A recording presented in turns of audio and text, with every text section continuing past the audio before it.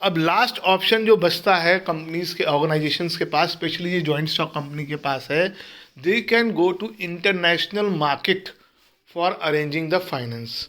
इसमें उनके पास क्या ऑप्शन है इंटरनेशनल फाइनेंसिंग के लिए? पहला ऑप्शन है कि वो इंटरनेशनल कमर्शियल बैंक से, किसी दूसरी कंट्री के बैंक से बोरो कर लें, ठीक है, तो उसके मेरिट डिमेरिट्स तो वही रहेंगे, मीनिंग भी वही रहेगा। दूसरा, वो इंटरनेशनल फाइनेंशियल इंस्टीट्यूशन से बोरो कर लें, किसी दूसरी कंट्री के या कुछ फाइनेंशियल इंस्टीट्यूशन जो इंटरनेशनल लेवल पे सेटअप किए गए हैं। और तीसरा तरीका है कि इंटरनेशनल कैपिटल मार्केट में, यानी शेयर्स इशू करके या डिवेंचर इशू करके इंटरनेशनल मार्केट में भी पैसा अरेंज कर सकते हैं।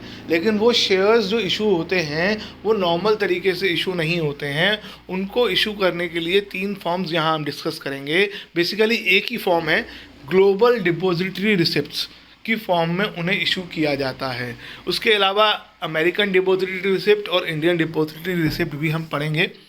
तो पहले तो ग्लोबल डिपॉजिटरी रिसिप्ट क्या है? अगर कोई कंपनी, जिसे शॉर्ट में जीडीआर बोलते हैं, अगर कोई कंपनी अपने शेयर्स को इंटरनेशनल शेयर मार्केट में, इंटरनेशनल स्टॉक मार्केट में बेचना चाहती है, तो वो कभी भी इंटरनेशनल मार्केट में जाकर अपने शेयर्स को डायरेक्टली नहीं बेच सकती। यानी अगर कोई अमेरिकन, अफ़गानिस्तान, चाइना, श्रीलंका की कंपनी इंडिया के स्टॉक एक्सचेंज में अपने शेयर बेचना चाहती है, या हमारी इंडियन कंपनी किसी और कंट्री के स्टॉक एक्सचेंज में शेयर बेचना चाहती है, वो डायरेक्टली शेयर्स नहीं बेच सकती, क्योंकि जैसे ही वो उनको शेयर देगी, वहाँ एक फॉरेन नेशनल जो है वो कंपनी का मालिक बन जाएगा। तो उसका तरीका क्या है? उसके लिए एक तरीका निकाला गया कि जैसे कोई हमारी कंट्री में अपने शेयर्स बेचना चाहता है, तो उसके पास ये ऑप्शन है कि वो हमारी कंपनी के स्टॉक, क्या कहते हैं, सेबी की डिपॉजिटरी होती है। हर कंट्री में डिपॉजिटरीज होती हैं। क्या होती हैं वो बाद में डिस्कस करेंगे। डिपॉजिटरीज के पास जाए, उनके पास अपने शेयर्स रखवाए और उन शेयर्स को जीडीआर की फॉर्म में कन्वर्ट कर दे। उससे एक शेयर के बदले एक जीडीआर मिल जाएगा, ठीक है। जैसे हम शेयर बोलते हैं, यानी अगर मैं शेयर बोल रहा हूँ तो वो मेरी इंडियन कंपनी होगी, अगर मैं जीडीआर बोल रहा हूँ तो वो फॉरेन कंपनी होगी। अमेरिका में अगर मैं जीडीआर बोल रहा हूँ तो वो दूसरी कंट्री की कंपनी होगी, और अगर शेयर्स बोल रहा हूँ तो वो अमेरिकन कंपनी होगी। रशिया में भी ऐसा ही है। जिस कंट्री में जीडीआर बोला जा रहा है, इसका मतलब वो उस कंट्री के शेयर्स नहीं हैं। तो ये इक्विटी शेयर्स बेचने का एक तरीका है फॉरेन स्टॉक एक्सचेंज में। क्योंकि हम इंडिया में रहते हैं तो हम इंडिया के हिसाब से समझेंगे कि दूसरी कंपनी के लोग जब हमारी कंट्री में अपने शेयर बेचना चाहते हैं, दूसरी कंट्री के लोग की कंपनीज हमारी कंट्री में शेयर्स बेचना चाहते हैं, तो वो शेयर्स नहीं बेच सकते, वो जीडीआर बेचेंगे।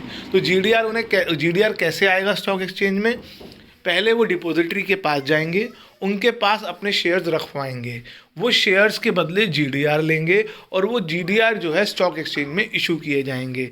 और वो जैसे नॉर्मली शेयर्स बेचे खरीदे जाते हैं, बिल्कुल वैसे ही खरीदे बेचे जाएंगे। The local currency shares of a company are delivered to the depository bank. The depository bank issues depository receipts against these shares.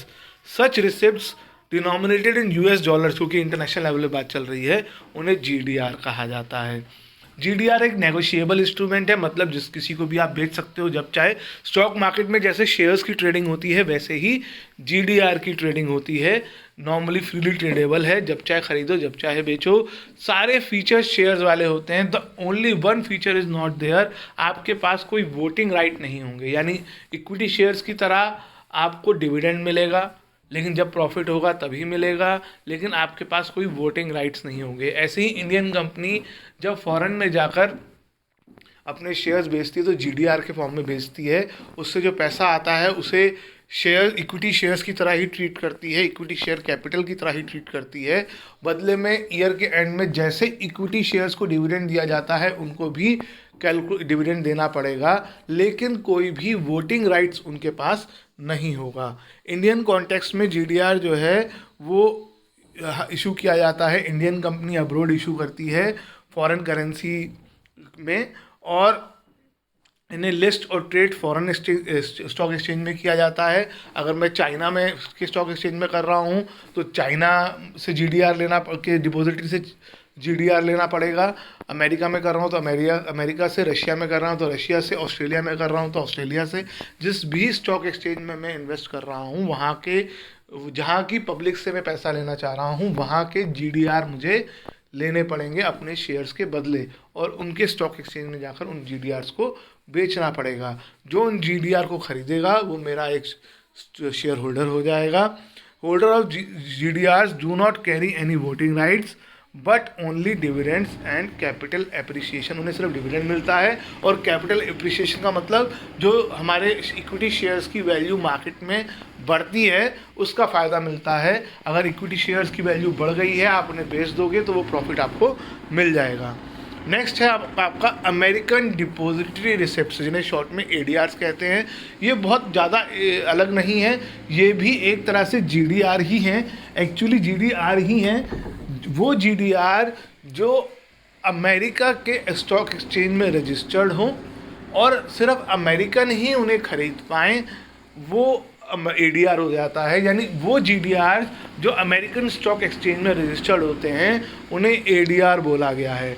The depository receipt issued by the company in the USA are known as ADRs. ADR are bought and sold in American markets like regular stock exchange. यानी इन्होंने और कुछ नहीं किया है कि America को एक स्पेशल इंपॉर्टेंस दे दी है।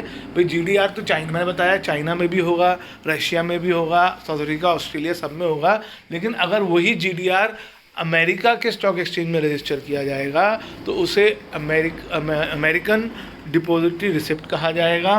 ये जीडीआर ही होता है, सिर्फ ये है कि ये सिर्फ अमेरिकन स्टॉक एक्सचेंज में मिलेगा, उसके अलावा सिर्फ इसे अमेरिकन सिटीजन ही खरीद पाएंगे। ठीक है। नेक्स्ट है इंडियन डिपॉजिटरी रिसिप्ट। जैसे एडीआर बनाया गया वैसे आईडीआर भी बना दिया गया कि जो इंडिया के स्टॉक एक्सचेंज में रजिस्टर्ड हो और जिसे इंडियन खरीद पाएँ उन्हें आईडीआर बोलते हैं। अब यहाँ पर इम्पॉर्टेंट चीज़ है कि आईडीआर इंडियन खरीदेंगे लेकिन वो जिस कंपनी का होगा वो कंपनी फॉरेन होगी। ठीक है। An Indian deposit receipt is a financial instrument denominated in Indian rupees in the form of depository receipt. It is created by Indian depository to enable a foreign company to raise funds from the Indian securities market या stock market भी कह सकते हो आप। IDR जो है वो एक GDR का इंडियन वर्जन है। फॉरेन कंपनी जो है वो जीडीआर आईडीआर डिपॉजिट वो आईडीआर कैसे मिलेंगे उसे, वो अपने शेयर्स डिपॉजिट करेगी डिपॉजिटरी पे, जो कि सेबी की एक कस्टडियन होती है। इंडिया में दो हैं, एनएसडीएल और सीडीएसएल। इसके बदले उसे डिपॉजिटरी रिसिप्ट मिलेंगे जिसे जो इंडियन इन्वेस्टर्स को बेचे जाएंगे, और बाकी बेनिफिट्स तो वही है तो ये भी एक जीडीआर ही। इंडिया में बिक रहा है इसे आईडीआर कह दिया, जो अमेरिका में बिक रहा था वो एडीआर हो गया।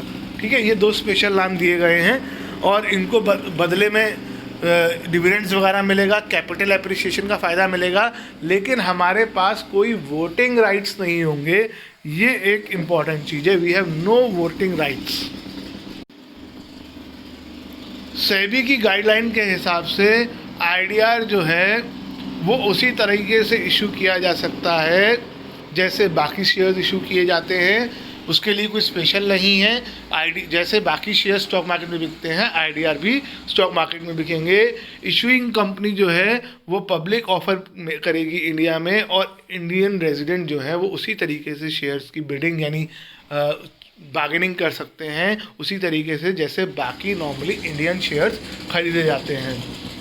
और एक एग्जांपल भी दिया हुआ है कि स्टैंडर्ड चार्टर्ड पीएलसी वो पहली कंपनी थी जिसने आईडीआर इशू किए थे जून 2010 में इंडियन स्टॉक मार्केट में। यहाँ पर ये हमारा चैप्टर ख़त्म।